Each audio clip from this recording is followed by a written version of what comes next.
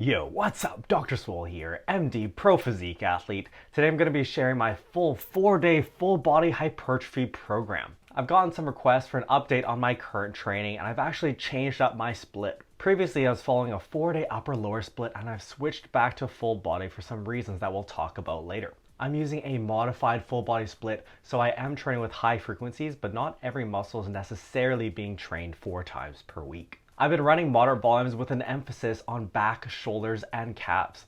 I'm going to be sharing my full program in a program walkthrough where I'll share everything you'll need to know to run the program yourself if you wanted to. Sets, reps, exercises. Do keep in mind that this program was designed just for me and it's quite specialized and designed more for an advanced athlete. So I would not recommend just picking this up and running it yourself. You will want to make modifications to suit you. Next, we'll talk about the weekly setup or how I spread workouts across the week. And finally, we'll talk about the pros and cons of my current hypertrophy program. All right, let's do our program walkthrough. So this is Dr. Swole's personal 4-day full body program. It's set with moderate volumes and it's designed to specialize the back, side delts, and calves. This is the program I'm currently following as of July 2023. We've got day 1, day 2, day 3, and day 4. Here are the exercises. There are the sets and reps, and here are the total number of sets for each workout. Down here we have the total number of sets for each muscle group each week, and you'll see that I'm clearly specializing back, side delts, and calves. One thing to note is that my bicep volume is actually significantly higher than 7 sets per week because biceps do get used indirectly with back training. Starting out with day 1, my first movement is Romanian deadlifts for the glutes and hamstrings. I'm just doing one top heavy set of 5 to 10 reps here. RDLs are my highest priority movement of the program, so I'm putting them first here. And deadlift variations cause me a lot of fatigue, so I'm only doing one set. That being said, I've still been able to progress very well in these, and I've been setting PRs, which I'm really happy about. Then we have leg extensions for the quads, 3 sets of 12 to 18. Incline dumbbell bench press, which is my main chest movement, 3 sets, and I'm using a top set back off method here. So one top heavy set of 6 to 10 reps followed by 2 back off sets of 6 to 10 reps with lighter weight. Then we have neutral grip pull downs for the back, 5 sets, and I'm also using a top set back off method here. So one top heavy set of 6 to 10 reps followed by 4 back off sets of 8 to 12 reps. So you'll see that I'm really playing around with reps here. Then we have dumbbell lateral raises for the side delts, 4 sets of 6 to 15. Machine preacher curls for the biceps, 2 sets of 8 to 12, and finally leg press calf raises for the calves. And I'm using a myo-rep scheme here, so one main set of 8 to 15 reps, followed by 7 mini sets of 3 to 5 reps using the same weight but with short rest periods, only about 10 seconds. And I'm approximating this as about 5 straight sets. These are a great way to save time while still accumulating lots of effective reps. Then we have day 2. We start off with Bulgarian split squats for the glutes and hamstrings, but also the quads, 3 sets of 6 to 12 reps on each side. After that, cable rows for the back, 2 sets, and I'm using a top set back off method here as well. One top heavy set of 6 to 10 reps, followed by one back off set of 6 to 10 reps. I've been particularly trying to push a bit of strength on my top set, on my cable row, and on my neutral grip pull down. Then I have machine flies for the chest, 3 sets of 10 to 15. Chest supported rows for the back, 3 sets of 8 to 15. You might wonder why I don't just do all my sets with cable rows, and that's because doing a lot of heavy cable rows will actually irritate my biceps tendon, so I am working around some injuries. Then we have cable upright rows for the side delts, but also the traps, 4 sets of 8 to 15. I superset these with cable press downs for the triceps, 3 sets of 6 to 20. You'll see some really wide rep ranges here. This is because I use a wave loading progression model. And when I increase weight for my triceps press downs, for example, the reps drop off pretty quickly. Also, I don't want to be spending a lot of time with heavy weights for myself, just because my tendons get irritated. Then we have cable hammer curls for the biceps, 2 sets of 10 to 20. You might ask why I don't just do a giant set of these 3 exercises, and you could if you had a different side delt movement. But bicep curls and upright rows do interfere with each other just a little bit because upright rows involve the biceps to a very small degree. So I found that having tired biceps will actually make you perform a little worse on your upright rows. Then we have machine calf raises for the calves, also using a myo-rep scheme here, so one main set of 10 to 20 reps, followed by 7 mini sets of 3 to 5 reps. Going on to day 3, we start with close grip bench press for the triceps, but also the chest.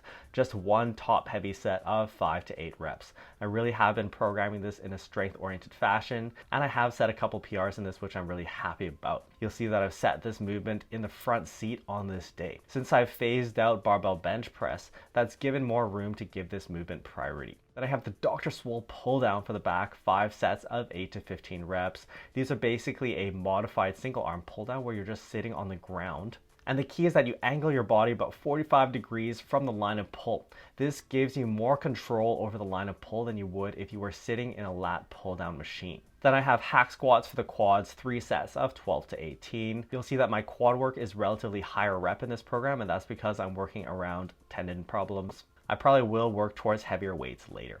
I superset this with calf raises on the hack squat machine. Also using my rep scheme here, one main set of 10 to 20 reps followed by 7 mini sets of 3 to 5 reps. Not all hack squat machines will be good for doing calf raises, but try yours out. Then we have seated leg curls for the hamstrings, 3 sets of 6 to 15.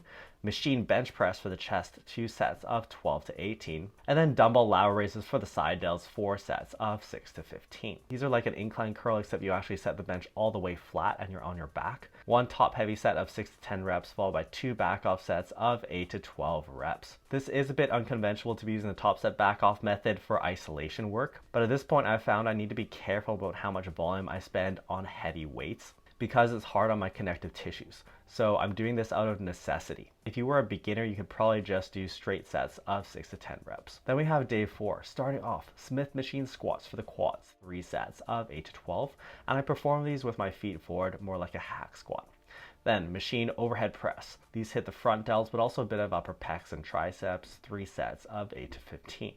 Then we have chest supported rows for the back, 5 sets of 8 to 12. You'll see that I have lots of machine work for my back training here, as well as chest supported rowing. This is because I'm trying to reduce the amount of fatigue I'm producing with these movements because I am doing a lot of volume. So I'm basically trying to get the best stimulus to fatigue ratio. Then we have cable lateral raises for the side delts, 4 sets of 12 to 20. I superset these on the cable stack with overhead extensions for the triceps, 3 sets of 8 to 15. And finally, we have bent leg calf raises for the calves. My rep scheme here, one main set of 8 to 12 reps, followed by 7 mini sets of 3 to 5 reps. Going through my frequencies here, my quads are getting trained 4 times per week, glutes and hamstrings 3 times per week, chest 4 times per week, back is getting trained 4 times per week, as well as side delts, and those are my 2 main muscle groups that are being prioritized. Then we have biceps, which are being trained 3 times per week, triceps same, and calves are getting trained with every workout. You can see that this is a modified full body split in that I'm not directly training every muscle group. Okay, now that you've seen the program, let's talk about the weekly layout. So the layout for a full body split is pretty simple. You just spread out your rest days as much as possible. But you'll see from the way I structured the program that there's a specific order to the days. I have it particularly set up as day 1, rest, day 2, rest, day 3, day 4, rest. When you're running a 4-day program, you do have some asymmetry in the days, and you do have to take advantage of this. First of all, I want to spread out my rest days as much as possible, so I would not prefer to put these 2 days back to back. Having a bit of recovery in between allows me to perform better on these day 2 movements. And this is particularly important because you'll see that I'm actually training my quads on all 4 days. Next, you'll see that I've spread out my heaviest movements, which are my incline dumbbell bench press on day 1, and then close grip bench press on day 3. I've also spread out my most direct hamstring movements, which are RDL on day 1 and leg curls on day 3. Day 4 is set as my easiest day deliberately because I know that it's coming right after day 3. And you'll see that I place an overhead press here rather than another chest movement so that I'm not getting interference from my machine bench press and close grip bench press the day before. One of the powers of the full body split though is that I'm able to shift around my workouts at will, and I actually have been doing that a lot this month. I work these unpredictable 24-hour shifts as a doctor, so I can't always predict my schedule, and I do have to have days coming back to back. But since I'm careful with auto-regulation, I'm still able to put days back to back even if they contain exercises training the same muscles. Now let's talk about the pros and cons of my current full body hypertrophy program. Starting off with the pros. This program features a high frequency for all muscle groups. I've really been enjoying the high frequencies. It's nice feeling that you're able to touch every muscle group often. But the main benefit of high frequencies is that it serves as a vehicle for more productive volume. And as a consequence, you get better performance across all sets. For some exercises, I actually found that even redistributing the same volume with the same exercises from an upper-lower split into a full body split over 4 days, I was actually able to lift more weight for the same reps and sets. This is because when you distribute that volume over more days, you're able to rest in between each session. This doesn't apply so much if you're training with very low volumes or if you're a beginner and you're just not lifting very much, but at higher levels it is noticeable. By the end of my 5 sets of back training on each workout, I'm already starting to see reductions in performance. So imagine if I tried to put all 20 of my back sets onto one workout. By the end of it, I'd be dragging along and performing much more poorly than I would otherwise. Next, a high frequency full body split gives you maximum customizability. You saw that I was able to tune the exact frequency for each muscle group. For example, even though I count Bulgarian split squats for glutes and hamstrings, really my most direct hamstring movements are RDLs and leg curls. So I'm only really directly training my hamstrings twice per week. That's because I know personally that it takes me a long time to recover from something like RDLs. So for the hamstrings, it doesn't make sense for me to do 4 times per week frequency. As a beginner, you may not know exactly how you want to be customizing the split, but for an advanced athlete, it gives you a lot more freedom. Finally, high frequency full body gives you excellent fatigue distribution. Fatigue distribution is how well your stress is spread out across all workouts. And for more advanced athletes, it becomes increasingly important. For myself, earlier when I was running a 4-day upper-lower split, I would come out of my leg days completely trashed.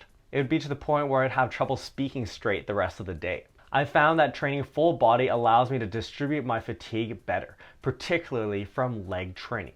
Leg movements are my most fatiguing movements, and when I'm able to spread those leg movements across all days rather than concentrated on tough leg days, I'm making better use of my body's recovery resources across the whole week. Now let's talk about the cons of using a high frequency full body strategy. This kind of setup is tricky to program, and this is why I wouldn't recommend it for beginners. Even though I'm not afraid of training my muscle groups with high frequencies, I was careful in how I placed different exercises. For example, I wouldn't want leg curls coming right the day before RDLs. As you saw, there was an ideal ordering of days here, and you do have to be careful when setting up high frequency full body. Next, this program requires auto-regulation. Auto-regulation is your ability to change the workout on the fly depending on how you're feeling.